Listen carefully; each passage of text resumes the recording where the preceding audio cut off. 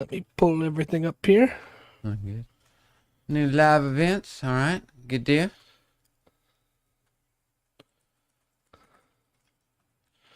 I'll check our audio real quick. Make sure we're on YouTube.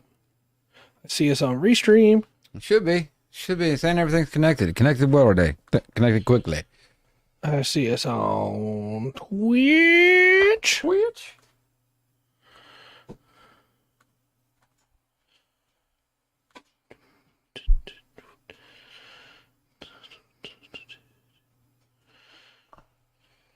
little more light over here. There we go. All right. And I see us on... Yup, no, I see the other one on YouTube. I don't see us on there, though. Come on, YouTube. Let's see if it'll catch up or not. There we go. Okay. All right. Good. All right. We should be set. Excellent.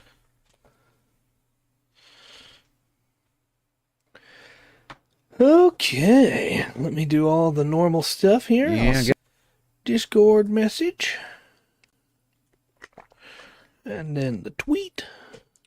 Let's go. All right. So I told you that I had a pre-show topic. Yeah. Also, apparently, it is our channel's Twitter birthday. Congratulations, I guess. All right. Have you heard what's going on with WWE and the UFC? The WWE and the UFC, WWF. Yeah, WWF. I'm sorry. And the USC. No, you're right. WWE. I was picking on you. No, I haven't. I haven't heard it though. They are combining. Okay. And so in an effort to lead people towards that, it was written in such a way that KSI became the new champion over Roman Reigns. Okay. Because, you know, we got to make sure people see how things work now. Right.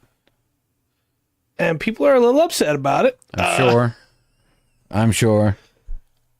I think that it could work, right? I'm not just against the idea entirely. However, one thing I really don't like with the idea is, especially for people that watch UFC as a sport, Right. is UFC now going to be pre-written and not a sport anymore? Ugh. I don't know. If you're doing wrestling, like the WWE, then you're, we can talk about it being kind of pre-written or whatever. Right. Hey, Roxanne. Thing. Hey, Roxanne, glad you're here. But they get, and they take lots of bumps and bruises and work a lot and get thrown around. It may be fake, so to speak, but it takes some skill. Right. To follow the right way. Now, the UFC, they're beating the snot out of each other. And some of those injuries can really leave some damage. So I don't see how they could, like, somebody would step up and say, okay, at this point, you break my eye socket. Right. And then, so I don't think so. Now, promotionally, right, it kind of makes sense. And it probably wouldn't, and in the UFC, there's fighters that understand the promo, the selling the fight. Like if you can be a heel and you can make everybody, want to see you get beat. Right. And then you win. They're going to want to see you get beat twice as bad the next time. It's a good strategy. That's right. And you'll see in the UFC sometimes when you're watching fights, you'll see a lot of trash talk between the two fighters. Then at the end of the fight, no matter who won, they're shaking hands and it was a great, right show. They sold out a pay-per-view. So I don't know. The other rumor that I've seen is that it's going to go the other way and that WWE's not going to be pre-written anymore, which I think is also a mistake because I think that's part of the charm. They can't do that either because of the moves used and they're not going to work in a fight. Exactly. They're not going to work if somebody doesn't want you to do that. And if you can pull that off in an actual fight, a pile driver is devastating. You're not going to have time to set up and make sure you don't snap a neck. Right. I don't think either one of those can even possibly be in the realm of reality. No, I agree with you. And that's where I see a lot of people that are panicking about this. Yeah. It's like, let's wait and see what's going on. Well, as a promotion thing, it makes sense. You're opening up venues. Mm-hmm. You know, you have one management that goes through to set up shows. Yeah. And you won't worry about double booking or competing in the same city per se. Right. Right. It'd be much more, hey, even if it's simple like, hey, we'll run UFC on the West Coast. We're gonna run the wrestling on the East Coast. Yeah. And then we'll switch or whatever, and kind of whoever's in the middle, when one's on the other side. Right. To keep them separated. But I don't know. It would be a pretty good way, I think, to build up hype for one or the other by going, hey, we've got this. Look, I'm not a Roman Reigns fan. I'm going to make sure that's very clear. But some people really like him. Yeah. Hey, Roman Reigns is going to be in UFC for the next year. We're going to do some cross promotion there. We're going to take Conor McGregor and bring him over to wrestle for a little while. Yeah. See that all you're saying that none of that makes sense. I mean, I agree with you, but that's what a lot of people think is going to happen. So we'll see. But it definitely was a weird surprise. Because, see, Brock Lesnar, you probably could see as a success story going over to the UFC. Yeah. Yeah. That style of fighting and doing well. If Brock Lesnar punched me in the face, I would just give in. Like, that man is built. He's a big, nasty looking beast. But he was also like collegiate wrestler. Yeah, like that's true right. wrestling. That's right. He has some skills. He had to pick up some more skills to be, moderately successful in the UFC. Yeah. But see, you also have CM Punk. Right. Which there was no point. Exactly. Sure. And I agree wholeheartedly. I do not want to have to face off in an alley. Yeah. Yeah. That is definitely not something a being I would want to see coming towards me angrily. No, thank you. That way. Look, I'm also of the mind that I don't even really want to fight Roman Reigns. Like, no, he's got an athlete. I don't think he's the best wrestler around, but he would destroy me. I kind of think he might know a little bit about saying, Brock Lesnar might not be a good UFC. He's really not. He's just big enough and strong enough to hold people on the ground and beat the living crap out of them. That's right. And it worked. Yeah. When he found people that could get out of that, didn't work so well. Yeah. Of that. Look, I don't need being cursed right now. Tell you something. Well, speaking of curses, you ready to dig into this thing? Yeah, that's it. Okay. Good luck. All right. Hello and welcome to another exciting episode of the TTRPG podcast. No, I messed it up. Wow. It's new, okay? Whatever. Let's do it. Hello and welcome to another exciting episode of the Full Spectrum TTRPG podcast. My name is Trey. I am Rungren. And we have some stuff to talk about today. You should. No, it would be remiss of us, I think, to not cover the D&D Creator Summit. Okay. But I don't want to go too deep in detail in it, because all that we have right now is just reports from people that were there. We don't have like official statements from Wizards, and there were multiple rooms with multiple different community directors, so it's possible that some stuff got crossed, because I've heard different things from different people. Yeah. I have a full write-up. Good luck. I have a full write-up here that is supposed to be everything that was announced, and I'm going to gloss over a lot of this, but I'll put a link in the description. Well, just for the record, even at my weight class, whether I had cut weight, no. I'm not fighting. No. Especially when I was working a little bit, and I was like probably around middleweight, no. I'm not fighting them. No. Even if I've got the weight advantage, I'm not fighting them. Yeah, I don't want to. Money on the line. If I can take care of my kids after that, then okay. Yeah. What's going on, Will? Glad you're here. So the first thing about this with the D&D Creator Summit is that 30 to 40 people were invited to attend in person, 32 of which attended. Okay. And 150 were invited to be virtual attendees, of which somewhere between 80 and 90 attended. What counts as a creator? That wasn't defined very well. And so it was a bunch of different people some of which were Twitch streamers, some of which were DMs Guild people, some of them were creators that make third-party content, some of them were just YouTubers, right? Okay.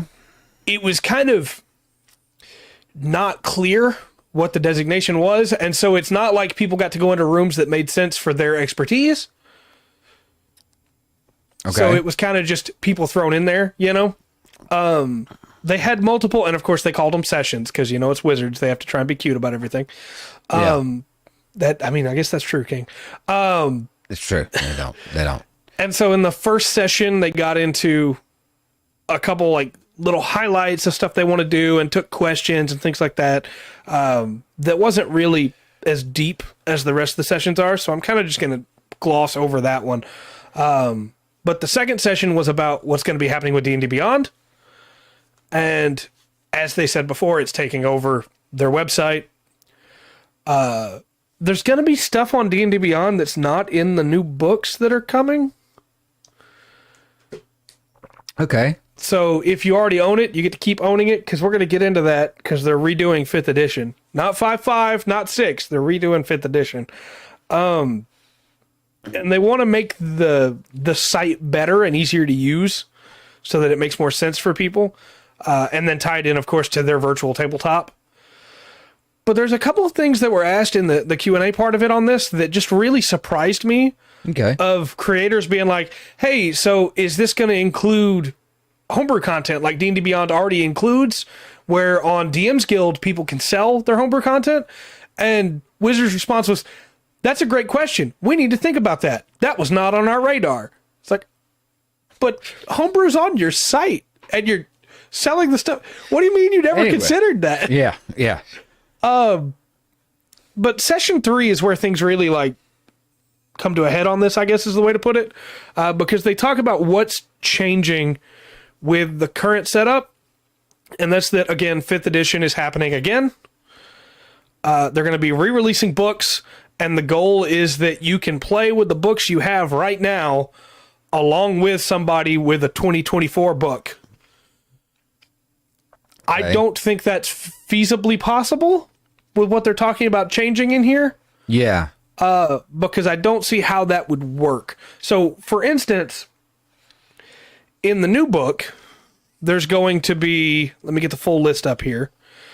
The new book is going to have, the new PHB is going to have 12 classes, 48 subclasses, and 9 species, because that's what they're calling them now. Yeah. Which include human, dwarf, halfling, Goliath, dragonborn, elf, gnome, orc, and tiefling. Okay. Don't include half-elf and half-orc.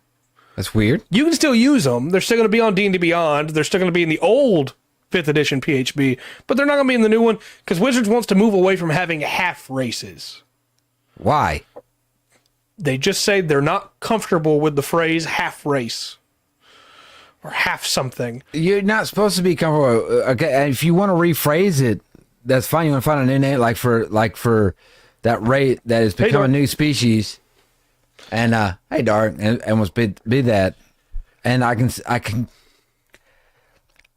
kind of see that. But yeah, in this weird clash of this world where you're mixing all these different species, it's like the ones, are you accepted by one side and the other, or not the other? Right. I don't know. It seems a strange thing. Yeah, that's, as Dark has just pointed out, there is unfortunately a different subtext to it, which is, you know, those two, both of y'all right there, what y'all put up, it does. That's maybe what I'm feeling. Yeah, it feels like, weird. Like I could run a campaign session where somebody's a half elf, you know, and they don't get accepted by either side, the elves or the humans. They don't really trust them, they don't like them, and it brings something to their character, or, you know, there's no problem there at all. Yep. It's still that's just bizarre. Also, like, you know, maybe there's a system out there that's already set it up as lineages, where, you know, ancestries, as it were, where you can just, and then you don't have to be, you know, hey, in my ancestry was an elf. And, you know, that's a pretty easy way to do that. They specifically state at one point they get questioned why the word species, and they say they wanted to go with lineages at one point, but chose not to. And well, yeah, of course they chose not to. That's in Pathfinder. Yeah, exactly. Yeah. I think everybody's pretty much in agreement that It does feel like it. Maybe try. I don't know.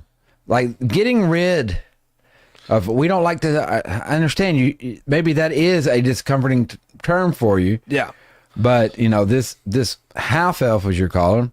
Yeah. Through that, what is the story there? What is how? Why is it a half elf? Yeah. Why? Who is who? Yeah. What were the parents like? What was that like? Did they go against tradition? Right. Or is it a place where I don't know? It just seems very. That seems really, really like I don't know. We're drawing a line here that doesn't need to be drawn. I guess. Yeah. Sorry. I agree. No, you're good. That's what I was taking it as. But no, go I ahead. agree with you personally. Yeah. Yeah, that's what it feels like. There's a really weird thing here too, where they keep saying that this is not tied into 1D&D, right? Yeah. But then they say the next Unearthed Arcana for 1D&D, the Barbarian, Fighter, and Monk will have the new weapon options for 5th edition Redux. They don't call it that. They just call it 5th edition again. So they are including 1D&D, and all of this has just been to redo 5th edition. What's weird is the I don't. It just seems so unnecessary. I've got a theory, and my theory is put on your tinfoil hats, because my theory is that they're trying to say, no, we did this stuff first, not Pathfinder. It's in 5th edition, and 5th edition started in 2014, so we did it first. Maybe so. I mean, that would be way, but that is such an unnecessary statement because Pathfinder admits Yeah, that it was based off of an edition of D&D. I agree with you, but this is the same company that bought Magic the Gathering and then went, yeah, you want to buy these first edition cards you can't use, right? The first edition of D&D came out, I think, in 79. The reason I say all this is because the next change they announced is that they're going to be introducing weapon masteries, like Pathfinder, Yeah. to make That's combat more nuanced. second edition as well, though. Yeah, it is. That, it is. That one is. Yeah, and 3.5. Yeah, proficiencies. You have You're good at a sword. You're not good with all bladed weapons. They get into how firearms are not going to be martial weapons, just like in Pathfinder. Eldritch Blast is a built-in ability for warlocks instead of a spell, just like in Pathfinder. Yep. I'm just saying, it really feels like they're going, yeah, but we did it first because it's 5th edition. If you bought a book on D&D Beyond, you won't lose it with the change. However, you will not receive the 2024 books automatically if you own the 2014 counterpart, so you got to buy the book again. Hey. It's just, I don't know, it just feels really... And then in the final section here, when they get into it, it's just basically like, hey, this is what we're doing. And then they get asked Q&A questions that go, yeah, but what about this? Or like at one point, the comments brought up of like, well, 5th edition allows me to bring my old books from previous editions and use them. Well, what is the new version of 5th edition going to have ways to integrate stuff like that? And they say, well, yeah, 5th edition books will be playable. It's like, well, that's not the question that was asked. Yeah. I don't know. So it's odd. It's like Tomino is now running D&D, and it's like, well, I didn't get to tell my story the first time. Exactly. I didn't get to do the books the way I wanted to the first time. Yeah, and you take Eldritch Blast as a cantrip, because if you don't, what are you doing? Yeah. They also wanted to highlight specifically that the monk is changing, because the monk, as they put it, has inherently non-European stereotypes. And they're changing that.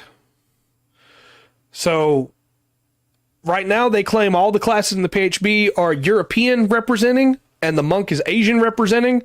And so they're going to mix that up and they're going to be changing up the inspirations. The monk is not just Asian inspired in the PHB though. There's references in there for monks that come from all kinds of different places because it's not Asia. It's yeah. It's like, do you remember the really cool drawing of the fighter you did? Yeah. I don't know. This is yeah. And I could understand going, hey, that seems a little racist to me. Sure, I could understand why somebody might say that. I mean, look at monk subclasses. You got Kinsei is a monk subclass, but samurai is a fighter subclass. Yeah. Yeah, it is. I don't know. It is kind of strange. Like I said, there was something I'm missing something about D&D lately. Yeah. About celebrating these different. It's like when Caricature came out. Yeah, it was a really fictionalized stuff, and they changed things in there. Mm-hmm. But when they were talking about stuff, they would give you like historical reference to go look. Yeah. They're like, hey, see what's happening in Japan during the Edo period, you know? Yeah. Or something. It's kind of weird. And it was the same way with the Celtic mythology and stuff. They just don't do that. It's rather, no, I'd rather just avoid anything. Yeah. When there's so many cultures around this world, you're going to throw a dart at it that have their own stories and everything that would make a good D&D setting. I agree. Dark says that removing half races because anything but pureblood's racist, and now removing the little bit of Asian representation in favor of European. They're going to be adding Asian representation to the other classes as well, which I don't have a problem with. I don't think there's a problem with like having a cool, like that samurai should look like a samurai, right? I'm fine with that. I guess I wasn't raised right because I don't know. It doesn't click to me that way. That's not the way I look at them either. Yeah. You know, you got a fighter is a fighter, a fighter. You know, if you tell me, you could tell me, picture, hey, an ancient Egyptian fighter. Yeah. And a picture a certain way. There's not a special, I don't know. Also, like, yeah, you could look at Chinese Taoist monks, right? Yeah. Or you could look at Tibetan monks. Or you could look at monks from, like, England and Spain. Well, the monks that you're presenting historically come from these certain locations. You know that? Yeah. And in these certain locations, historically, people have a certain way of looking. Yeah. You know? And they fit. And that's, I don't know. Are we going to cancel Avatar now? Right. Will you not watch Avatar? Yeah. Because I'm sorry. No, I understand. Some of this is just pushing too far, I think. It didn't make, you're trying too hard. Will says that he hates proficiency grinding in SAO games. I understand. Fair enough. And also to King's point of like religion-based monks, Pathfinder 2e has those. Just throwing that out there. Yeah, it doesn't have to. Exactly. You can take any one of those classes and they're not flavored to be a place on Earth because it's not on Earth in D&D. So I'm not against having more representation of different styles. I think that's a good idea because it would give more ideas for players that are making characters. But to go, hey, this whole class is racist, I don't know if I agree with that. Yeah. But they're going to be changing key points to spirit points. I don't have a problem with that at all because it works better with some of the subclasses. Some of the subclasses, it really doesn't make sense to have key points. Okay. For like the Kinsei, spirit makes way more sense to me. Fair enough. I don't know. It feels really weird to like highlight this stuff. It almost... You and I talked about this the other day when Blizzard got like sued again and immediately released another Overwatch 2 character. And it felt pretty performative. Yeah. It almost feels performative for me of, you know, our appeal is down with a lot of people. So we're going to try and appeal to as many people as we can. Right. Yeah. Just make a new edition, man. Let's say, you know... Yeah, that's kind of key is it is spirit. You know, yeah. Yeah. And anyway, I do believe you want to check it. You're using a kind of made up form of the word. Yeah. Anyway. No, I agree. It feels, I have a big problem with the idea of applying, I'm going to word this very cleverly, I suppose, applying real life politics to fantasy worlds. I think there are times where, you know, obviously something's going to go, hey, this was made with this intent. And then there are times where it's like, no, this was not made with this intent. And I don't think the monk was made with that intent. Not quite. I think that matters. But I'm looking back at the barbarian thing. You know, if I was going to play Lu Bu, I'd probably make him a barbarian. 100%. He's not going to be a monk. Yeah. It wouldn't make sense for him. I mean... I guess you could argue for Kensei monk, but no, I think I think he would be a barbarian. Yeah. You just have to use, you know, certain weapons. Yeah. No, I agree. But again, just to clarify before anybody in the comments is like, you know, well, Trey has a problem with them changing up the monk. I don't have a problem with them changing up the monk. I have a problem with them going, well, the monk is relying on Asian stereotypes when that's not the truth for every monk. No, and also I played a Lion Man monk. Also, look, if I'm going to have to fight somebody else, do I want a Tibetan monk or do I want a friar? Right. You know, I don't see the friar coming through. I kind of see what they're saying. Yeah. But that's kind of the point you're shooting for, isn't it? Yeah, I agree. That's the kind of monk you want. Yeah. I agree. You want your wuxia hero, right? Or you want your giant lion man that punches things to death so the meat's still good to eat when he's done. You know? Yeah. I don't know. I don't know. But that's pretty much where that's at right now. We'll see how things change as they go on. It has only made me go, yeah, I still don't understand what Wizards doing. I don't know. But, Fifth edition should not be complex. Yeah. Right? It should be simple, straightforward, and malleable enough that you fit it to whatever story you're telling. Right. Or what have you. Or the players at the table. Just real quick, don't misunderstand me either with this, because when the monkey race came out for D&D, I didn't have to apply real world politics to see the problem with the monkey race. Yeah. Yeah. There were some problems with those guys. Yeah. That needed to be fixed. I'm right there with you on that. All right. I don't feel like the monkey's at that point. So, yeah. Anyway, that's where we're at on that. And, you know, there'll be some people that'll be very upset that we shared our opinion on that, I'm sure. But, well, if they do, you know, hope they're nice and give me their argument. I don't have a problem with that. Yeah. With that, if I'm looking at it wrong. Yeah. I agree 100%. If I'm just looking at this with privilege or something, tell me and show me why. You know, let me see what it is that I didn't see before. Yeah. Because my first pass through looking at that monkey race, I didn't notice it. But when it was pointed out to me, I was like, yeah, okay, no, yeah, this is a problem. Yeah. This is not okay. So anyway, we have a actual topic for tonight. I feel like we got real close to crossing over some lines I didn't want us to cross there, and might have, but I don't know. We'll see. I just don't know how we can talk about that without getting into some of that. Yeah. We're talking settings tonight. Yeah, and anyway, we've talked settings before. But when we talked about it before, we kept in a really kind of a niche pocket of it, right? Because we've talked about levels of fantasy, kind of. I think last time was it. Right. Tonight we're going to go a little bit deeper with some others, but last time we talked about it was when we started the podcast. Yeah, it's been a while. I think we talked about come on, back up. Look for me. We talked about a lot of the older D&D settings. Well, we talked about, I'm trying to think, high fantasy, you know, high magic fantasy, you know, where everything's magic.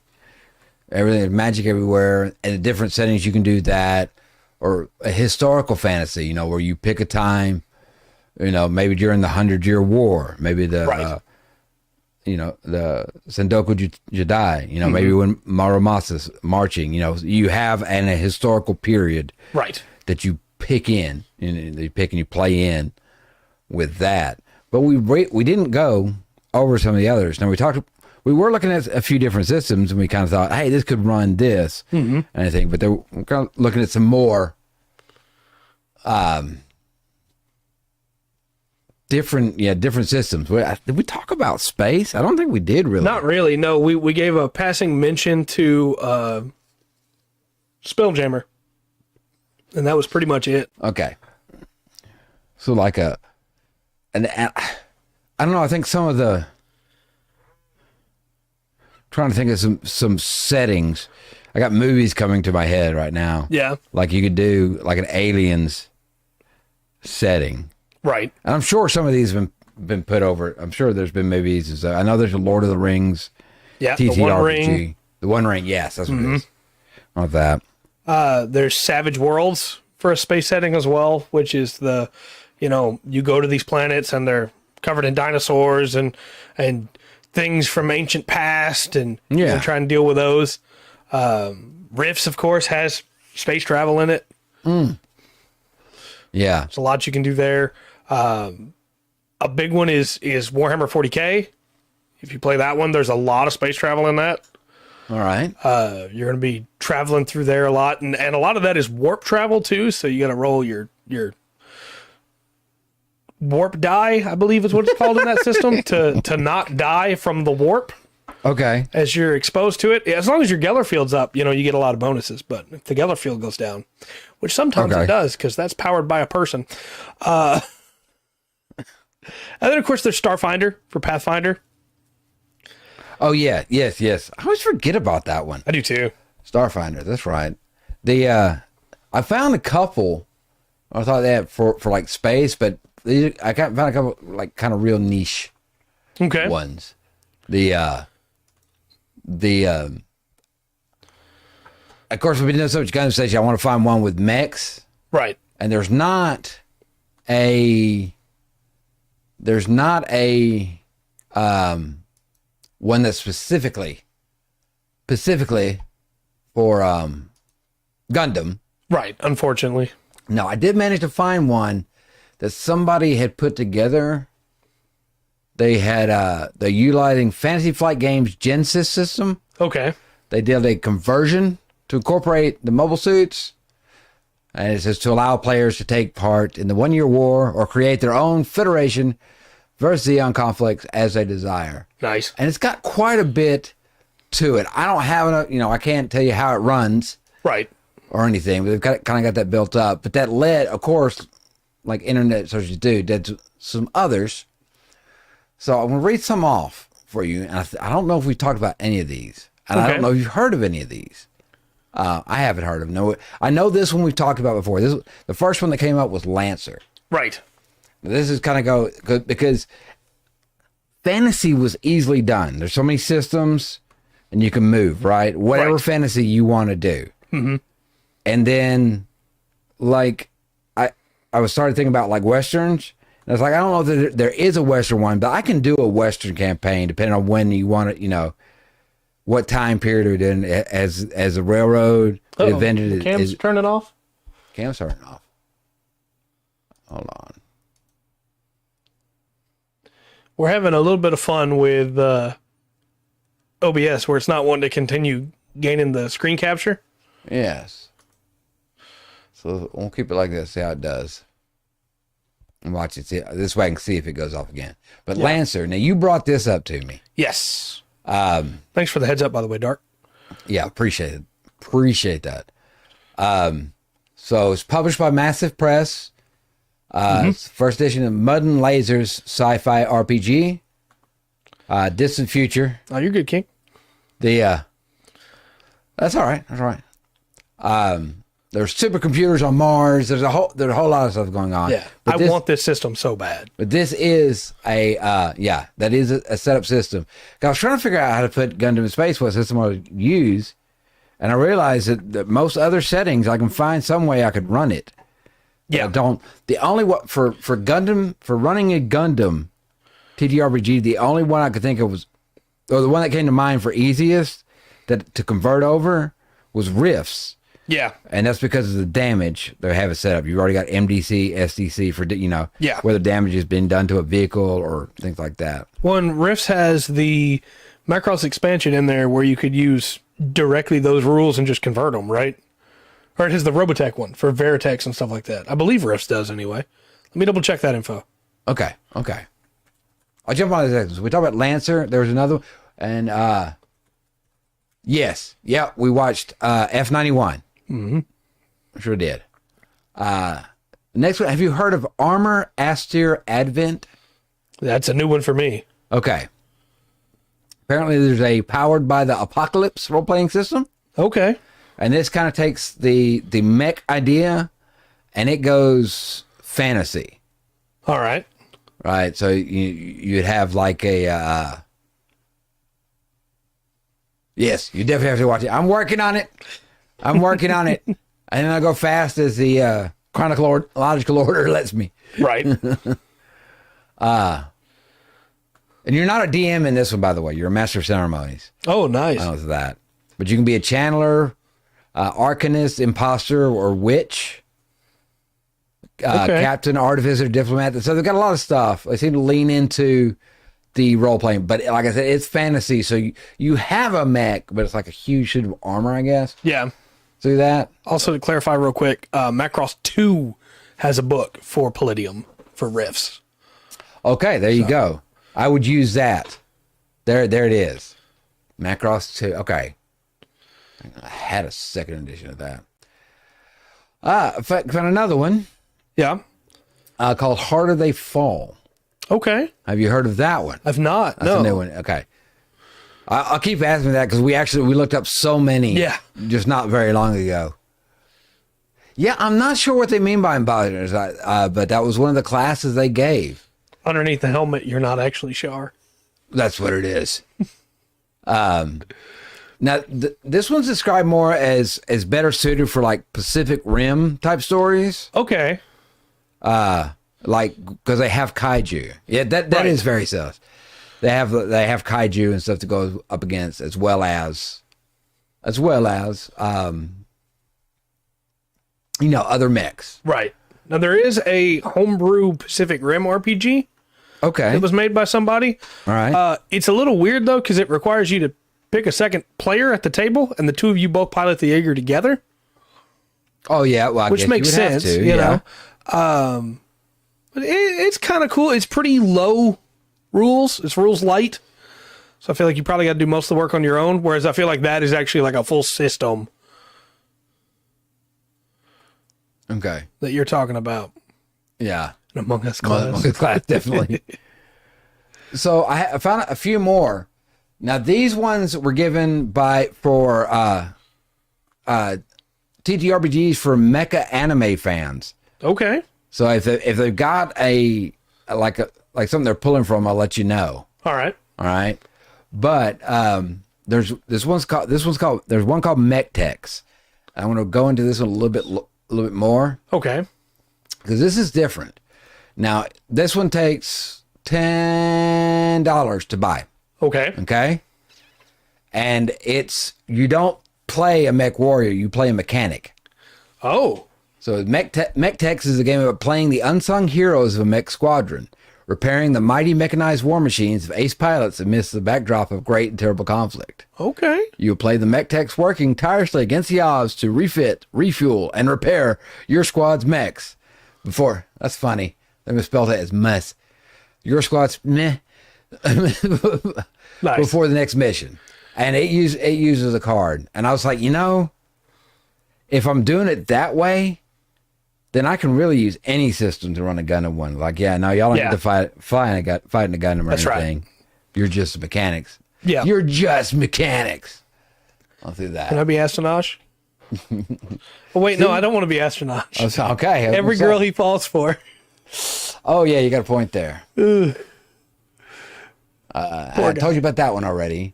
There was one called Plot Armor I found. Okay. And this is a solo journaling game. Maybe you nice. There you go. There you go.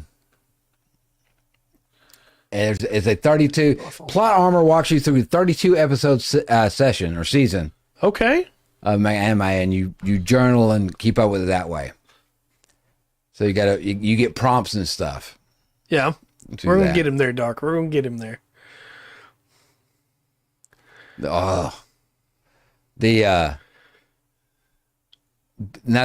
one I don't know how to feel about. This game's called Beyond Reach. Okay. Okay? And it starts out, it says, not every role-playing game requires players to actively talk back and forth.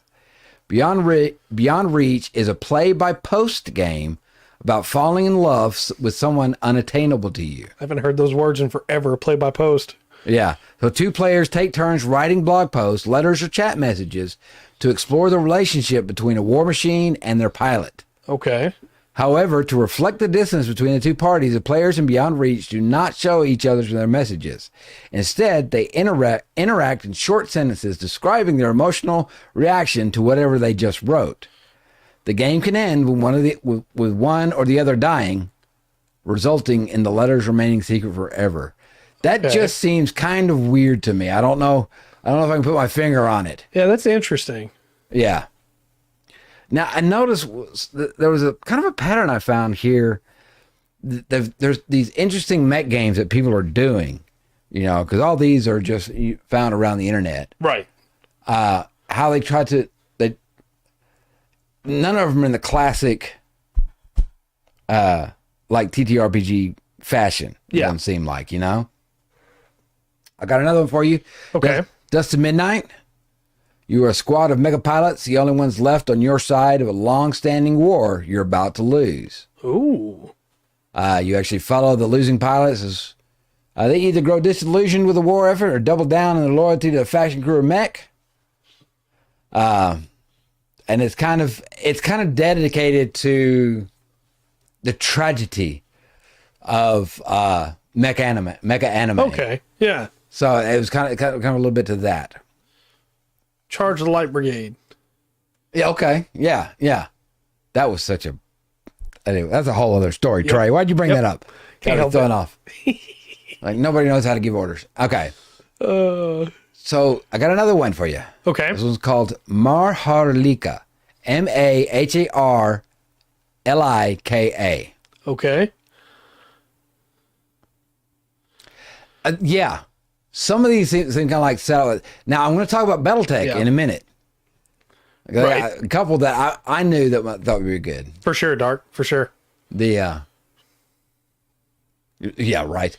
But it is a techno-mystic science fantasy mecha RPG inspired by Filipino mythology. Oh. So I want to look into that just from the billing. They did a good that sounds job. great. Yeah.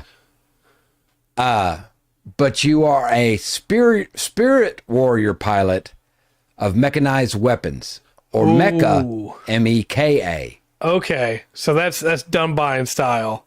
Yeah. How'd you say this was spelled again? MAHARLIKA.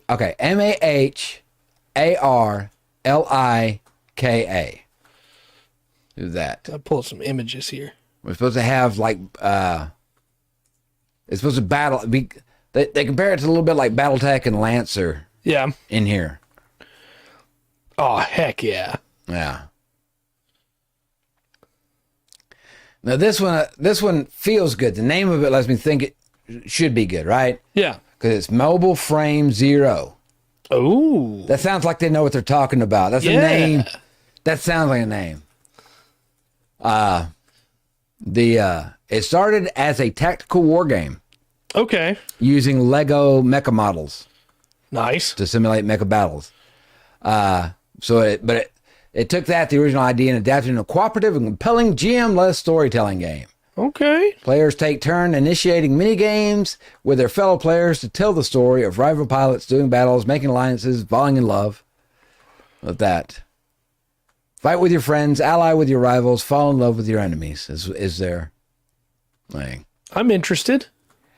Also, I have pulled up images, and there is one where somebody just made a Stark Jagan from Gundam Unicorn, and I think that's really cool. Nice. This one, Season 3. This one I think would be really cool to play.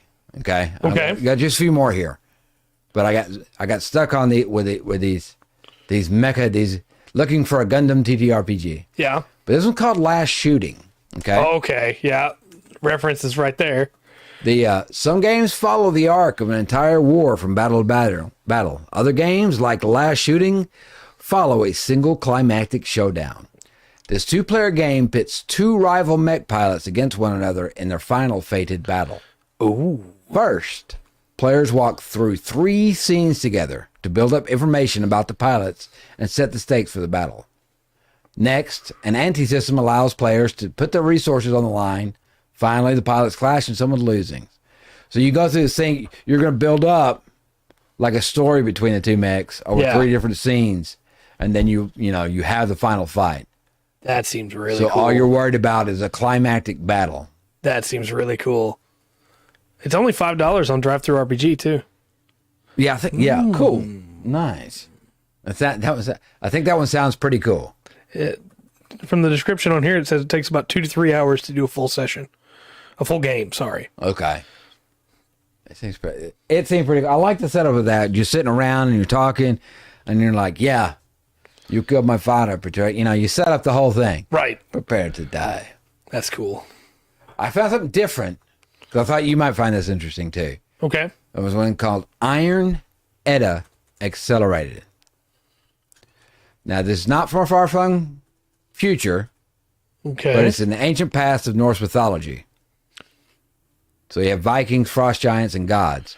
Okay. And players... the players pilot great. giant bone mechs Okay. made from the skeletons of long-dead giants to save their world from Ragnarok. That's pretty sick. It is a little bit different than we're going for, but it's pretty sick, yes. Pretty that. sick. I like it. Now this one's weird. This was weird. I got a couple. The two after this one, the two I got left. I'm going to talk about is Robotech and BattleTech. Okay. Because none of these seem to fit, but some do better than others. But there's a game called Echo. So rather than focusing on the actions of daring mecha pilots, Echo instead features a long dead pilot interacting with a group of children. Okay. The game's premise is that a group of young kids stumble upon the digital ghost of a long-dead mecha pilot centuries after their war was won or lost.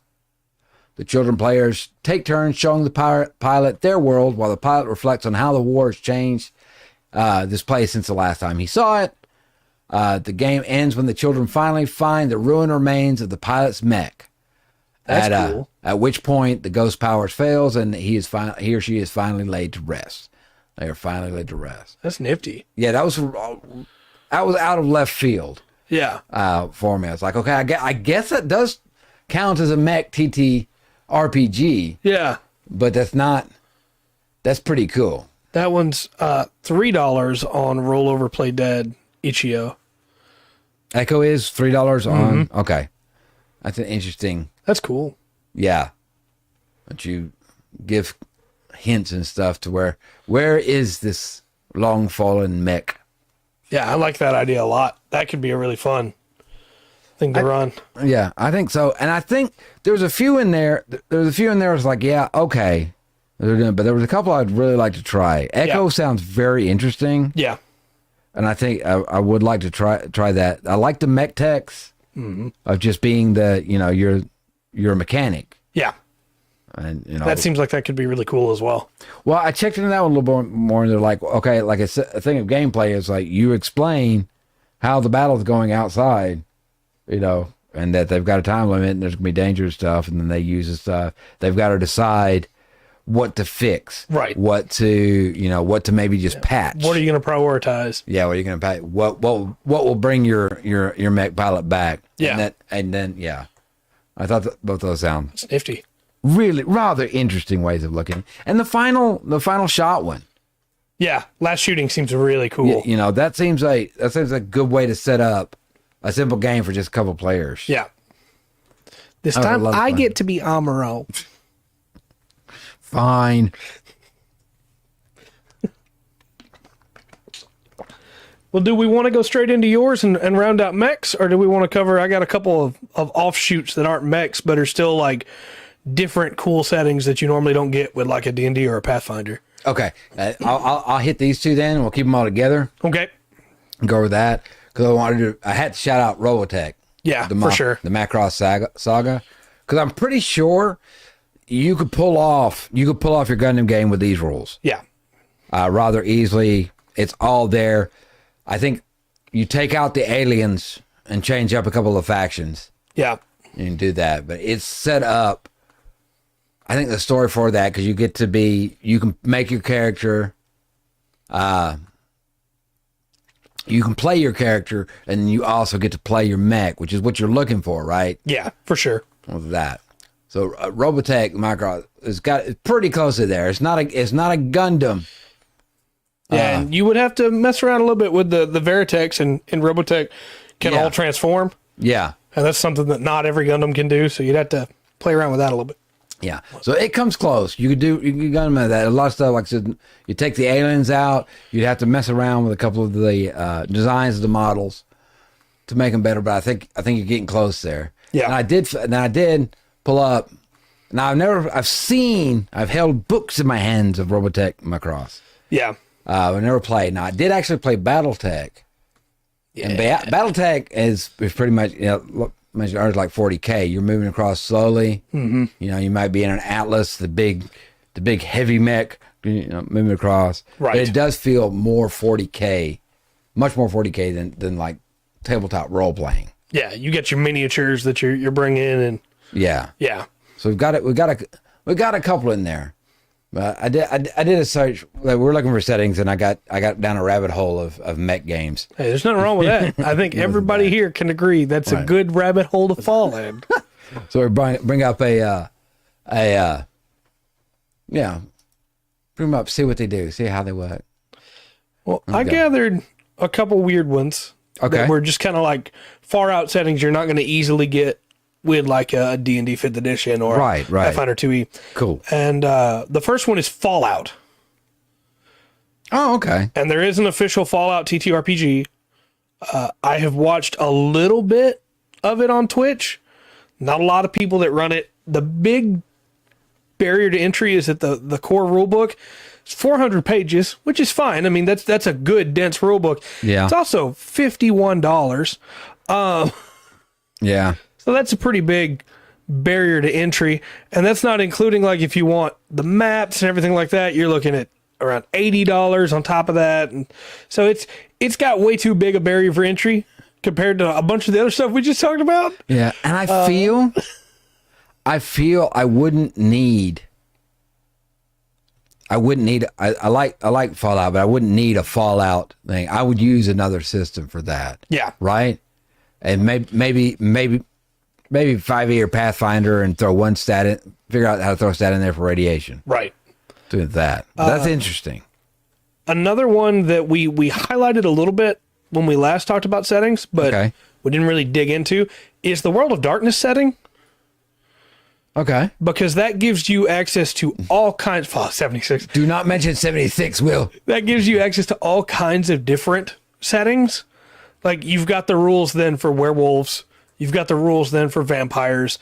You've got the rules then for monster hunters. Yeah. And you could take that book or any one of those individual books and you could run that as basically anything. You could take, hey, we're going to have, instead of werewolves that are part of, this dark underworld, it's, hey, this is a world that's now ruled by werewolves. Oh, yeah, that's what you're saying. Yeah. They farm people, or it's a world that's ruled by vampires, or your whole campaign is based around hunting down. I mean, if we want to just use Abraham Lincoln Vampire Hunter, your whole campaign is based around being a hunter. Yeah. And instead of werewolves or vampires, it's going to be werepires, or it's going to be stories and put them into dinosaur men. Right. And you can take those rules and run them in just about any kind of setting in a way that I think is really cool. Even though it's not necessarily my favorite setting to play. Yeah. I think that it's almost has a little bit too much rules bloat for me. But at the same time, it's a cool, different thing compared to just fantasy all the time. Yeah, it's a D10 system. Mm-hmm. That's not bad. And the rules bloat gets when you get into specifics, because you got 12 different tribes of vampire, you got different tribes of wolf. So there's it does break down quite a bit through that. But that is a pretty good system. We have left that one out. Definitely something, different from your standard fantasy. And I feel like we'd be remiss if we didn't talk about Call of Cthulhu for a second here. Oh yeah, throw that in there, because that's definitely its own setting. Mm-hmm. Yeah, it's definitely own setting. Standalone compared to. There was a disappointed. I did not hear it. It should have been coming through, though. It should have been coming through. So I apologize. I might not have it up over here. Oops. I can turn it up, or I can play another one. I mean, play another one. Nope, that was the wrong one. Damage. All right, that's coming through. It is coming through though. There we go. I'm gonna give you that. I'm gonna give you that emotional damage instead. Will, I hope that's okay. When we talk about like Call of Cthulhu, one of the big things to highlight for it is there are very few games that let you really hammer down on the sanity meter style thing. Yeah. And the unknowable horror kind of thing. Yeah. There's a lot of settings that let you be an investigator trying to figure out a mystery. There's a lot of settings that let you, try and dig into this strange thing going on in this seemingly normal town that as you dig deeper into it is not normal. But Call of Cthulhu is the one that really just lets you, both played, awesome. Call of Cthulhu is the one that just lets you really dig into that. And you can do either a solo adventure in it, you can do scenarios for up to 5 players with a basic rule book. It gives you a lot more options that are not just, hey, here's a fantasy world, And it's very restrictive. You got to follow a lot of the rules in that. And that's where I could see people be like, well, that's rules bloat too. And sure, but it feels different for me, I guess, because of how different the system is. It's not just, here's a monster. It's, here's a thing you probably don't understand and maybe never will. Right. And the more you understand it, the more it hurts you. Yeah. The more it warps your fragile little mind. The biggest issue I would say with Call of Cthulhu is that the books are expensive. Yeah. Like, for instance, let's say you just wanted to get a couple books so that you knew what you were doing. The starter set's $25. That's not too bad, right? Right. If you want the Keeper rulebook, which is like the DMG, that's $55 just for that book.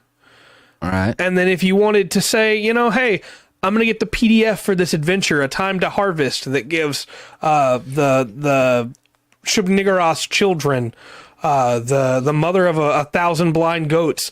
That's $26 for an adventure for the PDF. So, like, Dang. that's a problem in my mind. I was thinking that, I was doing okay to just put PDF on that. Sorry. I was. Yeah. The hardcover's $50. Okay. Wow. So. But that's part of the fun, right? You gotta let them rise above it. You gotta have your female characters that are able to convince people that that's not how they should look at them because they're better than that. They're stronger than that. I don't know. But also, I can see where that'd be really annoying to have to do all the time. So hand wave it away, go for it. Yeah. Don't know. Yeah, that's what I'm saying. I understand. You can just hand wave it. That's fine.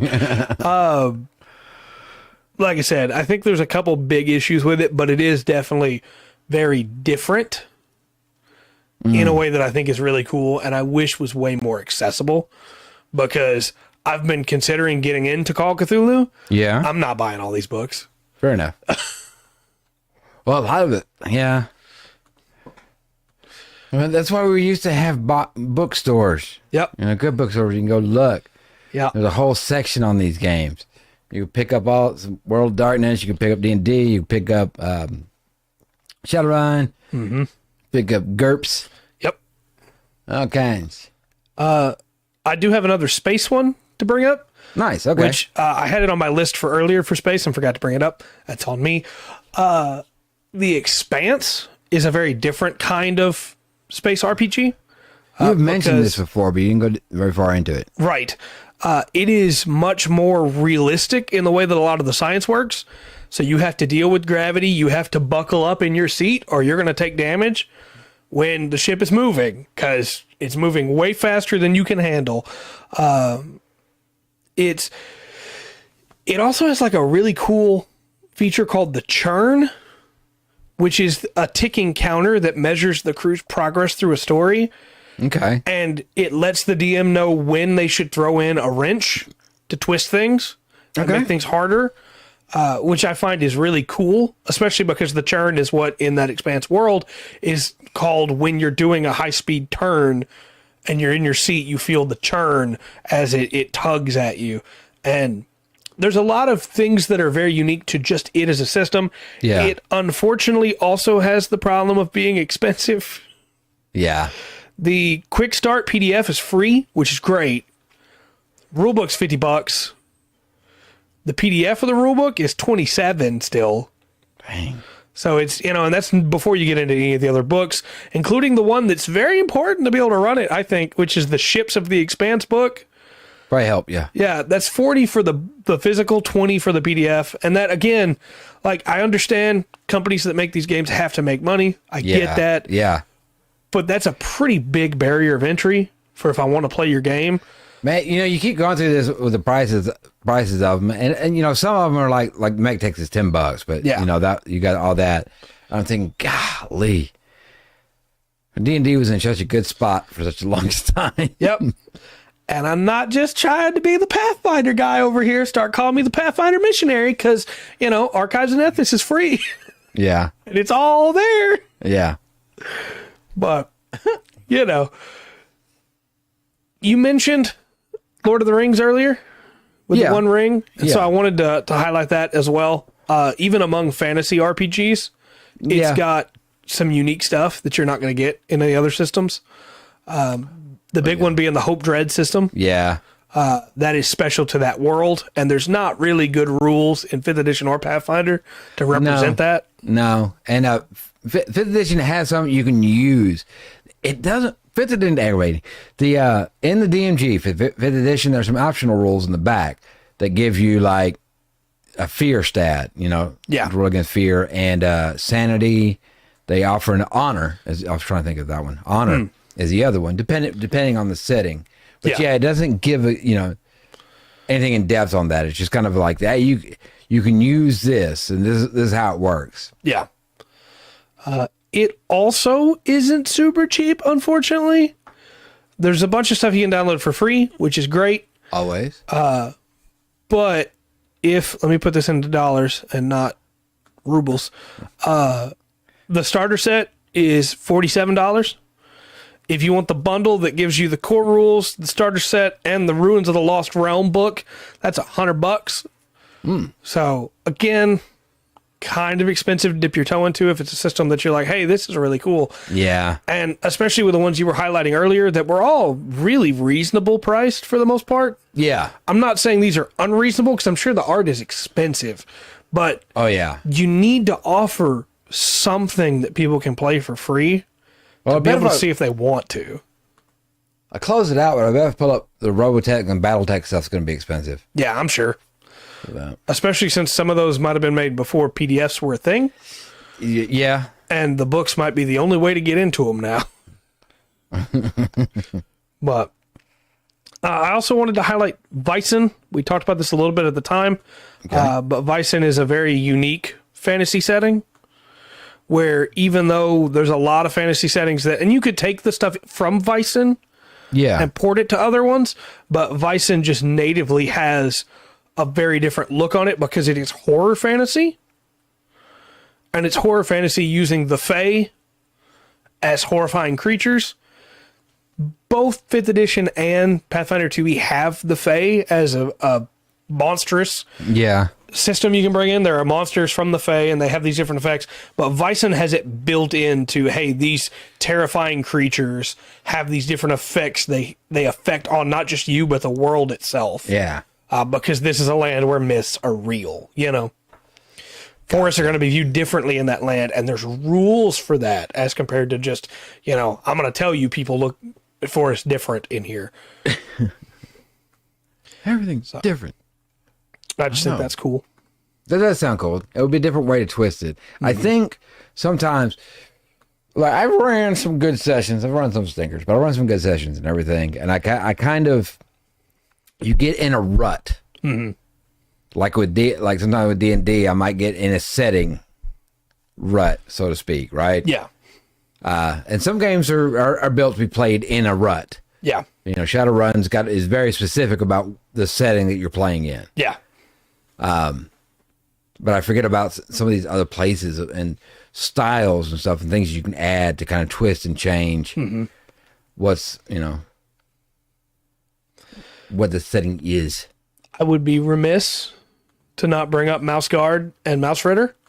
Yeah. Which are still fantasy, right? It's based on that fantasy genre, but it gives you the different perspective. You can do that in 5th edition Pathfinder. You can do that in whatever, but there's full rules for, hey, this is what it's like for something this size to try and encounter this thing, a river overflowing. This is what it's like for something the size of a mouse, Yeah. Yeah. It's the end of the world. Yeah, pretty much. And then the last one on my list here and then maybe chat if you got some, or we could go back over some of these. The last one on my list for today is liminal horror, which we talked about just a little bit before. This is pretty rules light, but it is the idea of liminal spaces and the horror that sets into people, and it is as much built into the spaces as it is the actual game. And so it's something that you can't get as easily with any other fantasy or any other RPG, really, because it is the idea of, hey, you woke up here and you don't know why, and you don't know how to get out. And you could do that in 5th edition or Pathfinder 2e, right? Yeah. But it's not going to be the same as you're not in a fantasy dungeon and you woke up in a cave and you don't know how you got here. It's, no, you're in an office building. There's no one else around. You don't know how to get out. Yeah. I don't know. It's got me thinking. It got me thinking about the last Shadowrun session. I don't know another system that would have built up to work to be an adventure. Yeah. Because it was sneaky. Nobody really did anything. Everybody was on watch. Yeah. But it still had some pressure on it. I don't know how the environment, the whole system helped set that up. I'm trying to think. For sure. I couldn't do that. I don't know if I could do that in D&D. Yeah, it wouldn't be the same, right? Yeah. No, I agree. I think that's where having all these different systems is really cool. Yeah. And I think when we put ourselves in a rut of, well, I can only play with this system, we lose out on some of that variety, of course, but we also lose out on some of that stuff that only these other settings can give you. Yeah, you know? and look, some of that's just financially limiting. It's like I can afford to play one game, you know. For sure. And I want to be sure to do the best I can to pick the right one. Mm-hmm. Which I would probably be hawking Pathfinder 2 if somebody asked me that right now. Yeah, once I found out what they wanted to play. So much of that's free. Yeah, I agree. But I guess I could give a quick shout out to Age of Sigmar Soulbound, the Warhammer Age of Sigmar setting. Okay. Because it is unique in a big way in that you're playing a character that is actually reincarnating, not because you're reincarnating into like a younger body or anything, but because the god of that world is saying, hey, your fight's not done yet. You died, come back. Yeah. But a part of you is lost. And so there's rules for playing a character that is losing themselves as they're reborn into a fully functional adult body that can go fight, that is mostly machine, that kind of doesn't exist in any other system, you know? Yeah. It's a very unique thing that I think is really cool, but also could be like really hard to play without digging deep into yourself, you know? Could be. I feel like that one probably leads to some introspection that you might not have wanted before you started playing. What does it mean to slowly lose your hold on yourself? Who do you become? No. Well, I have a test. I pull up. I once I'll put in the search for Bing. I put in Bing search. I'll put Alzheimer's. Yeah. In there and click thing, and as long as none of the links are purple, I feel okay. Yeah. I understand. I haven't been there, so that might be. I don't think that's the way they'll test them in that game, but right. But I think there's a lot that you can do in other systems that you can't do in like 5th edition Pathfinder 2e. But there's a lot you can do in those that you can't do in other systems too. So yeah, it balances out. Of course, we're trying to.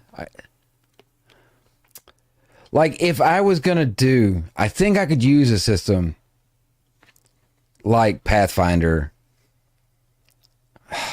I could use that to run a Gundam, something in the Universal Century, right? Yeah, for sure. I would have everything there. Now, that would not include my players getting on mechs, and I feel like if you're running in the Gundam universe, yeah, you need to have mechs. I agree. Or you know. So you heard us, Paizo, release the book that adds mechs to Pathfinder, and there we go. That.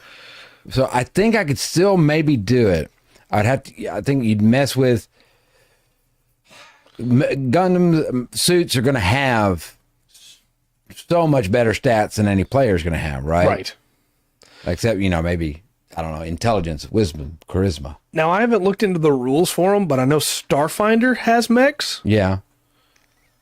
And all of that's on Archives and Ethos, so maybe that's something that I just need to dig into more. I've barely looked into Starfinder. Yeah, but I think what I would like from a Gundam TTRPG is that you get to make a character. You're in that aspect. You're a foot soldier per se, you know, whatever you are in there. Whether you were a civilian that got caught up in it, or what, or you signed up for it. And then I think we kind of talked about it a little bit earlier. I would do like, you could be, if you were Xeon, you would have a Zaku. Right. You could have a Zaku or a Striker, depending on which side you're on. Yeah. And then really work to deal out those two. Yeah. You know.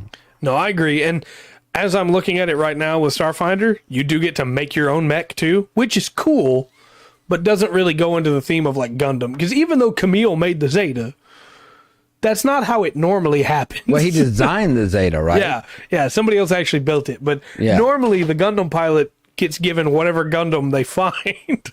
That's true. So it's not that they necessarily get to build their own, but I don't know. Just stumble across these military secrets out. Well, I started researching it, and then we had to watch Gundam F91 today. Mm-hmm. So I started this. I got a bunch of them off, and then I got on that rabbit hole. It's like, why isn't there? It seems like in our world there should be one. There really should. The fact that there's not one is mind-boggling. Yeah, that some system has. Makes it work. We have Gunpla. Yeah. They're all scaled. Yeah. You could go, hey, for this rule set, you use high-grade Gunpla models, and then you have your minis that would be the pilots, and then you're set, right? Like, the Gunpla, you just put it down on the table, and that's how much space it takes. And there you go. And as long as you're all in high-grade, you're roughly balanced around the same sizes. There you go. Although I guess some people don't like to ever touch their Gunpla. They like to put them up on a shelf and never touch them again. I don't blame them. I like the requirement that you have to use high grade for this game. Yeah. Well, I mean, if you use master grade, it'd get expensive real quick. That's true. Okay, I got you. Fair enough. But I think, make your own GN drive for sure. I feel like we're getting there, right? The Gundam build style thing has gotten so popular in Japan. I feel like we're getting to the point where we're going to have a video game that scans your Gunpla, right? So why not a physical TTRPG where, hey, this is what I got, and what you see is what you get for what it's got equipped with it. Beam Saber does this, you know. Yeah, let's not even talk about bringing perfect grades to the table. I just feel like that'd be really simple to do. Is that what they're building in Japan underneath that thing that's like 60 meters tall? It's like, no, that's not a real grade. It's a real grade. I did get to see the hand of that thing today. Yeah. And I knew Japan was going to be doing something, you know, impressive, but it showed the inside of the hand. And it looked like, I don't know. It didn't look like out of the cartoon. It moved. It was kind of creepy. Yeah. If them and DARPA get together, the world is over. But don't get me wrong, there are definitely some high grades that you don't want to put on a table and try to move because the parts are just going to fall off. Okay. So, you know, there are some that you put it down on the table, or you bring it in a glass case and put it down on the table, and that's it. So I'm kind of curious. I got a question for you. I'm curious. Okay. All right. We finally get it figured out, either from a system, taking a couple of systems where we finally get it out to where we have, you know, you got a stat sheet for your mobile suit, you got a stat sheet for your player. Yeah. When are you running this? When at what time do you do it? Because it recently found out the Universal Century War went on for 216 years. That's quite a little bit longer than a century. Just remember, in the Gundam timeline, the war wasn't actually going on at that point, even though people were dying from it. They specifically just say the 1 year war, even though, welcome back, Dark, even though people were dying in that conflict well before then. Yeah. So the Universal Century is 216 years. What we've got so far, what I've watched so far up to F91 covers like the last maybe 10 years of that 216 years, and then up to 30 years after it. Oh, there's so much more coming too. Yeah, I bet there is. But if I was going to pick a time to run this setting in, I would probably make rules where you could run it in multiple different time frames. Okay. But I would probably put it in the conflict of Zeta, because you have 3 sides there that your players can play for, right? Yeah. You've got the Titans. Right. I'm sorry, the Titans, as the Japanese version calls them. You've got the AUG, the Anti-Earth Union group, and you've got Neo Zeon, right? Yeah. So you've got multiple different options there. You've got pretty good stuff tech-wise, but you're still not to the crazy stuff that comes later. We're going to have rules for Minovsky particles. Yep, you got to. They got to be in there. Put it Now, in you can't all the radiate- timelines. Oh, no. Oh, no. Oh, the timelines and centuries. That gets chaotic quick, because how do you put somebody, I mean, look, if I was really making a rule set, I probably would do just that, honestly, Right. because then you'd be able to have mobile fighters from G Gundam, and you'd be able to have the Zero system, stuff like that. But if I wanted a streamlined system that everybody was low power, and not everybody's getting Gundams, everybody's low power, Yeah. pilot and mobile suits, Zeta's where I'd put it, because you got GMs are still around. You've got Zaku's are still around, but you also have Hyzaks, Rick Dias's. So you have all the different ways for people to get upgrades, Yeah. to better suits without everybody's in Gundams by the 3rd session. Maybe by the end, everybody gets Gundams, but Yeah. No, nobody gets Gundams. Of course, you were talking about the timeline, and look, I'm a Gundam idiot, so don't. I may say something wrong. I'm surprised, but I can see the role playing here, because if you're doing the Earth Federation forces, well, you got tanks, yeah. you've got fighter planes, spacefaring fighter planes, Yeah. that as well as we're talking about the Striker and the Gundam series. See that? No, I agree. I think it'd be way more fun if it was, hey, you pick a century type instead of like a class. Like I could say, hey, I want a G Gundam style, where I'm a mobile fighter, and that's going to be my class, and that's like monk style, Yeah. That's very true, Dark. You really could. Or our timeline. I mean, yeah, you could do it that way too. Or I'm going to take a 00 style where I have Trans Am as a encounter power, as a once per battle ability that I can use, where I get multiple attacks for free, Yeah. But after that, I'm stunned. Something like that, Yeah. That would be a much more fun way, I think, for Gundam fans. But if I was going specifically for like a wargamer style player, then I'm going to go with that Zeta Gundam setup. That they like it gritty. They want it to be just this conflict. Yeah. As compared to just, whatever. They're utilizing Minovsky particles as weapon, like in Build. And here's an IBO suit that has beam nanolaminate armor, but has a big mace. Here's the IBO suit. Don't mix it up with the IBS suit. That's very true. That smells differently. But no, I think there's a lot of fun you can have there, where you pick a century and then go, hey, because I'm in the turn A one, I'm going to start with like a Borjanen, or I'm in the Unicorn one, so I'm going to start with a Stark Jagan. And the only problem with that is, how do you balance that power wise? Yeah. Where somebody starts with a Zaku, and then this other guy over here has like much further a Stark Jagan that's Right. way better performance wise. Right. See, that's why in my mind I was like, to try to start out simply, I'd buy the Striker, and the Zaku would be the other one you had access to as players. Yeah. I try to keep it GM limited. Strikers are pretty great. I think that'd also be a really good way to do that, Dark, where you start off cannon fodder and build. You just start off with, hey, everybody's got balls, which out of context sounds like a very different thing from what I'm talking about. Right. But the ball mobile suit, you remember it, right? No idea what you're talking about. Keep talking about balls. Everybody starts with balls, and then little by little they get to upgrade into the better ones. Because look, if we're playing a TTRPG and you give me the option to not start in a ball, I'm not going to start in a ball. Yeah. I'm going to start in a GM. Well, there's so much detail about Gundam. Yeah. For example, Earth Federation. Yeah. Right? you've got how many, like 30, 40 different ranks Yeah. of soldier in that. That's true. You do have balls if you're in the ball. Fair enough. Aren't we running into the Call of Cthulhu problems? The Yeah, right. That's true. forget what I was going to say. The ranks. Oh, the ranks. I was the details.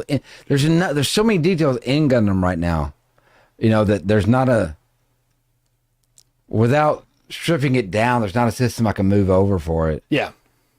When required, I kind of want to, Yeah. because there's so much that's already there. I mean, you probably find a spreadsheet that shows all the ranks of the Earth Federation, all the ranks in order in Xeon. Yeah, right. All the ranks in order, but or the ranks for whoever you're picking. Yeah. Well, and you could do it where kind of like Shadowrun style, where one of your big rewards, instead of getting XP, you get money that you can use to buy upgrades, right? So, hey, I want to stick with my Zaku, and I'm going to buy a new Heat Hawk for it. Yeah. Or I'm going to buy a missile launcher that goes on the leg because it costs less, so I can keep saving for my Goof or my Gian or my Gelgoog, Right, yeah. To a place where you get, it's like, hey, I can buy jump jets for my Zaku. Yeah. Or I could just go ahead and save a little bit longer and get a Goof. I see, yeah. Yeah, and I agree with Dark. I think you need to give them the option to either like trade in or sell their suits as parts, because that would give them a reason. I mean, we see it in just about every Gundam series where they make the pilot also be the mechanic for it. That would give you a reason to take the mechanic skills to make it cheaper to be able to repair it, Yeah. Yeah, and the more detailed you get with it, I agree. That would be a fun thing where you're looking at your, oh crap, my striker is toast. Yeah. Do I get a new one or do I fix this? Yeah, or upgrade the high mobility type. Yeah. Yeah.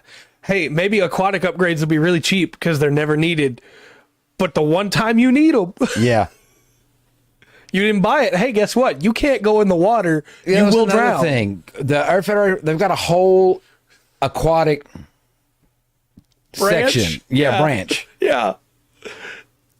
Anyway. Yeah, I think that'd be a good way to do it too. Or, hey, if you take down an enemy mobile suit, but you don't destroy its core so it doesn't explode, you can salvage parts from it.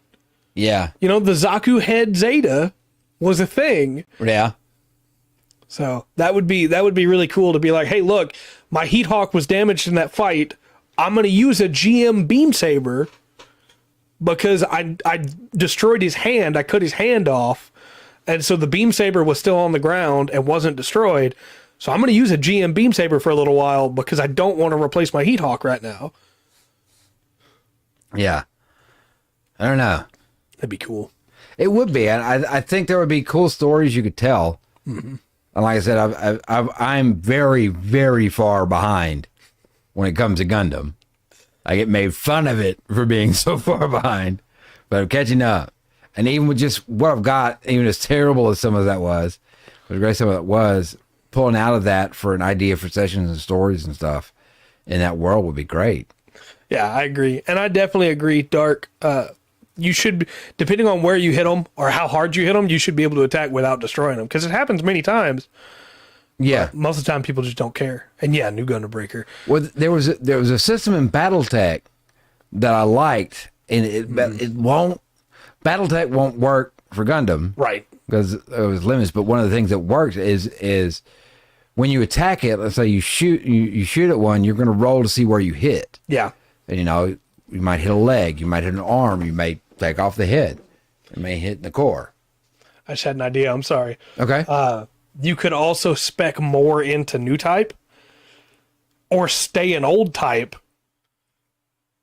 And if you stay the old type, then maybe like new type upgrades are really expensive because, they're very strong. So you spec into new type, you don't have as much money to spend on your mobile suit. But the old type, like Ron Baral, had an elite version Goof. Yeah. That was really strong, because he was an old type and that he was focused on the performance of his mobile suit, Yeah. And maybe at some point you're having to launch in space like Char at the end of First Gundam in a mobile suit that doesn't have legs. Yeah, that's true. Yeah, marksman should be able to do it for sure.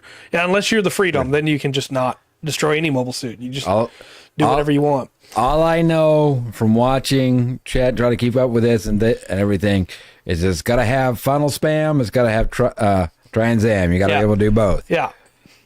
And I think at some point, if you're speccing into the new type stuff to be able to use funnels, I think that should lock you out of other upgrades. Because I don't think you should be able to have funnels and, say, a mega particle cannon, you know? Like... Can I have mega particle cannon funnels? Well, that would be. I am taking over the universe. I guess so. Or maybe you shouldn't be able to have funnels and also be able to separate your mobile suit into two pieces like the Bawu. I don't know. There'd be a lot. When you start digging into it, you know, there's a lot. There's lots of little things you need to take into account. Yeah, because otherwise you'll just make a busted mobile suit. Yeah. To try to keep the balance. Keep the balance right. Do we require them to keep track of ammo? I think we have to. Yeah. Yeah, I think that or energy level, or however you want to put it, yeah. Maybe your beam weapons have to recharge, and it takes, like, you roll after the battle to see how much it recharged, but your ballistic stuff takes ammo, but isn't as effective as the beam stuff. But you may not always have all your beam stuff, you know? Right. Oh, and Turnex was incredible. That's what there's things they bring up in Gundam and they just forget about it. Yeah. And that was like one of them. Like at this point as they're fighting, nobody should be using beams anymore. There's paint that can deflect those. The right paint, it takes care of that. But then they just make better beams like we saw in F91. That's true. That's true. Okay. That's true. You could just allow them to make busted suits. That's a good point. I mean, if they can afford it, then, that's a good point. Yeah. Because the enemy team theoretically has infinite money. And so, you're going to be... Yeah, but it's got to be... You're going to have to build a system it's got to be worth making your character better. Yeah. And it's got to matter what your character does. Yeah. Outside, as well as, making your Gundam, your suit better. Yeah. You got to have a Wong there that you want to have enough dexterity to be able to dodge his hits like Yudo did. Yeah. Because otherwise you're going to get beat up by Wong Win Lee. Just no matter what universe, he just shows up. Right. He's always there. There's always a Wong. You need to follow orders. Whack. Going through. I don't know. I don't think it would be the worst thing ever to build. I do think that it would be a little bit harder than I started out thinking, but not much. Yeah. Once you take everything in. Because you could take, you could simplify things on yourself. Like I was saying, did with the Zaku and the Striker, you'd have those. You could take the new type powers out of there. Right. At least getting it going. Just all old types. Well, and especially if you don't allow Gundams, if you just allow mobile suits. Yeah. And you do it in like that Zeta time period, there's still plenty of mobile suits. Yeah. Like, we don't think about it all the time, but the Ashimar was a pretty solid upgrade on just about everything else at that time, Yeah. Gundam X drone is a funnel. That's true. We're going to get to Gundam X soon. I don't know. It gives a lot to think about and how systems are set up. Yeah. I would love to make this system, but as you said, the more we've talked about it, the more I'm going, man, there's a lot more in balancing this than I thought. Well, I think I could do it like, for example, we take take a D&D system, right? Right. We got those stats.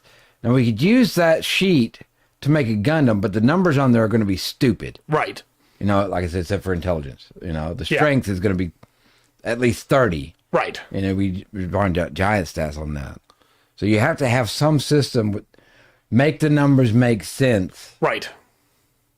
Go back and forth. It would be interesting to sit back and try to make this game. Yeah. Maybe adapt Dart. That'd be cool. Some. What was that? Having a museum.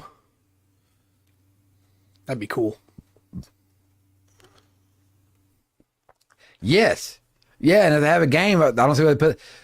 Stupid thing about Fallout 4 that I like doing is collecting the dang suits. Yeah. Just having them around, use them as decoration. Satellite cannon funnel. I mean, yeah, I think you do it like Super Robot Wars style of every enemy you shoot down gives you a certain amount of credits. And every time you come back to base without having your suits taken down, you don't lose any money for that. So you technically get a bonus for not getting shot down. You know? Yeah. Yeah. I think that's a good way to do it. And I think you could count score of like team shot down or even individuals, depending on how many players you have, Right. for how they level up. Because Gundam has a like ace pilot status. It does, yes. And so eventually you one make it more. to ace. Yeah, you only need one more.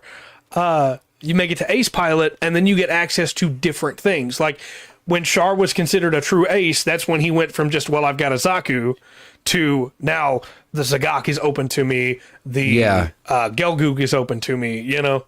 Yeah. So there's definitely ways you could incorporate that, whether as a team, and now the team is a team of aces, and so they get access to more stuff. But like, look, at some point, if you get access to the camphor, that's kind of all you need. Well, that's what I was trying to avoid, because and there's probably a couple of y'all out there doing it much better than I. That's like, okay, if I can make my way to this suit, I'm set. Yeah. You know, and I kind of want to avoid that a little bit. As great as that would be. Yeah. You know, Maybe a way around that is specialty missions. Like the camphor is really cool for in colonies or on bases, things like that. But in space, the camphor really doesn't have a lot of the other ranged options that other stuff has. yeah, Or underwater, what good is a shotgun? true. So, you know, maybe specialty missions are the way to get around that. Possibly. Yeah, turn X, that's very true. But there's so much stuff out there. I know I could run these games but it's always goes without the gun. Like there's colonies out there. There's so many colonies that we've seen and don't know about, that any one of those would be a perfect setting for a session or adventure. Yeah, for sure. You could do it all on that. The world's definitely ripe for the picking to run through. I agree. I agree. Oh, it's ad time. No, I think, especially if you want to do like, hey, we're going to places the series doesn't go. I guess I should wait till after the ad to say this, but Yeah. you know, just figuring out how the camphor isn't good in space or ocean. Okay, that's how far back that ad was. Okay. You want to repeat what you said? I don't know if you remember it or not. I don't. We were moving on. Especially if you wanted to go into like places the main series doesn't go, like Venus. Yeah. And like, hey, we're gonna deal with a threat that's been building on Venus in silence, you know, in quiet. Yeah. So You definitely have, because the you're talking about the colonies. What I said, yeah, you definitely have enough play there. The colony, you have a colony named Texas. yeah, you know, that's right. Texas colony. You had a colony with the Moon on it. There's different things. You have colonies you could set up and do so many different styles of play almost. Yeah. You know? Well, and you could even do, hey, your team's been put together specifically to defend this politician as they go around the different colonies, you know? Yeah. And then you can just colony hop. Yeah, colony hop would be cool. You know, this colony, they've embraced the Roaring 20s.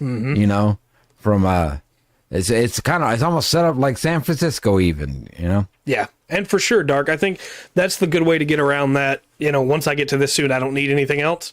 Although, even then, if they chose to upgrade the suit, theoretically, by the end of it, it's not the same suit anyway, right? Right. Yeah. So, Yeah. So you would either.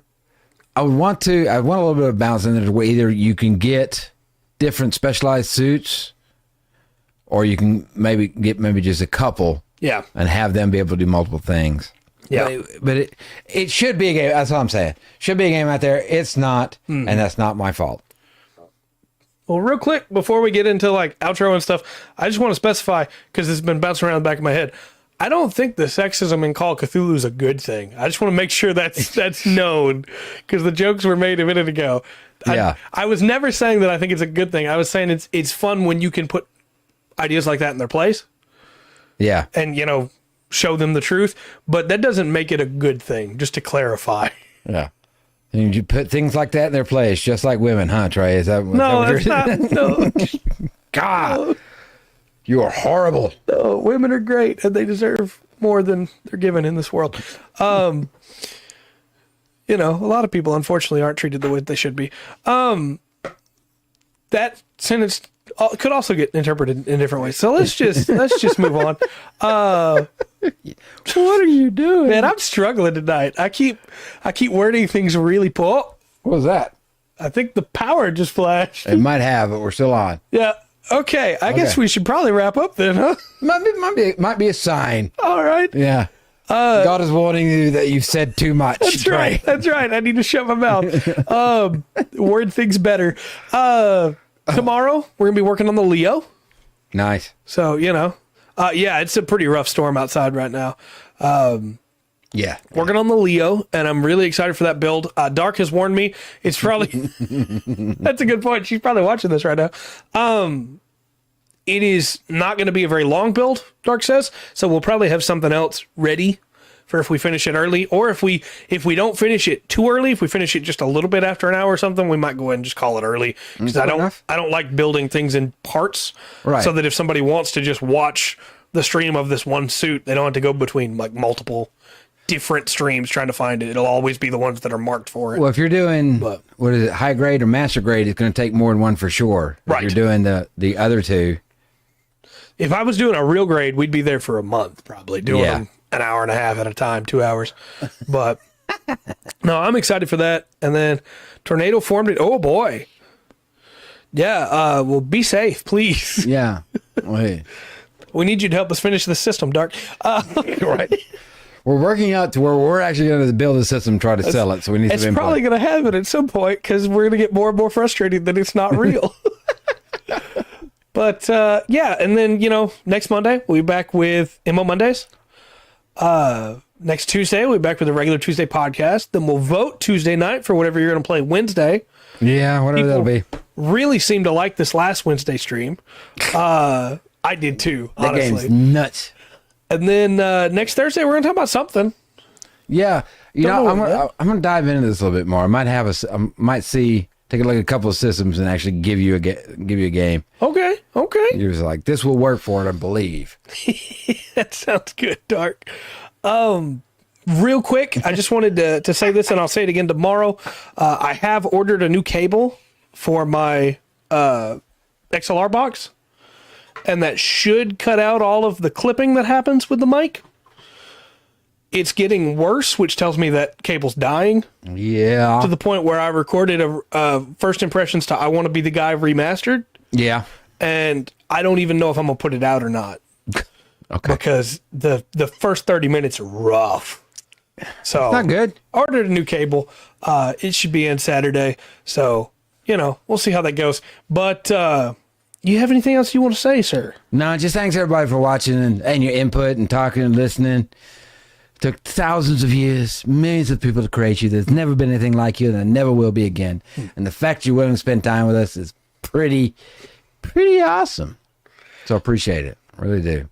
I realized the other day that I stole the outro from you on a Monday.